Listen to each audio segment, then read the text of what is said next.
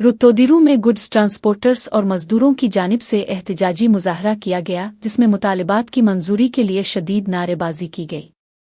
मुजाहरे की क़ियादत टुकरी अजब गिल सासोली, नादिर अली जलबानी और दीगर रहनुमाओं ने की। इस मौके पर रहनुमाओं ने मीडिया से गुफ्तगू करते हुए कहा कि वफाकी हुकूमत की जानिब से मंजूर किया गया road accident ordinance goods transport मालिकान, ड्राइवरों और मजदूरों के साथ सरासर दुश्मनी के मुतरादिफ है, जिससे ये तबका शदीद मुतासिर हो रहा है।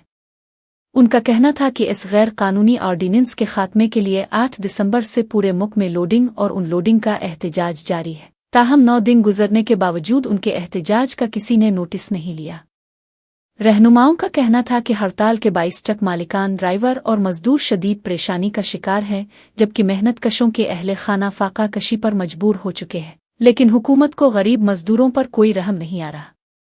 उन्होंने मजीद कहा कि पहले ही मोटरवे पुलिस और NHA की जानिब से मुश्किलात का सामना है, अब इस नए कानून के नफाज से मुश्किलात में मजीद इजाफा कर दिया गया है।